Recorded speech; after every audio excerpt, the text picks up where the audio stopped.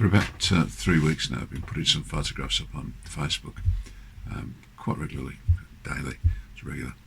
And one or two people have got in touch and said, I can't get out here. They're either self-isolated or there's some other mobility issues. And they were telling me just how much they enjoyed the photographs, and I never thought. So what a lovely positive spin-off.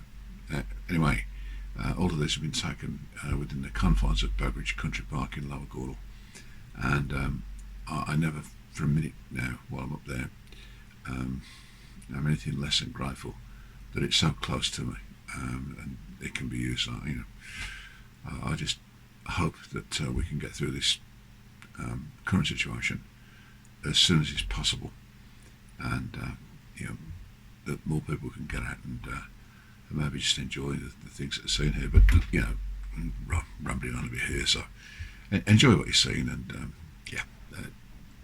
it's a good place to be. Thank you.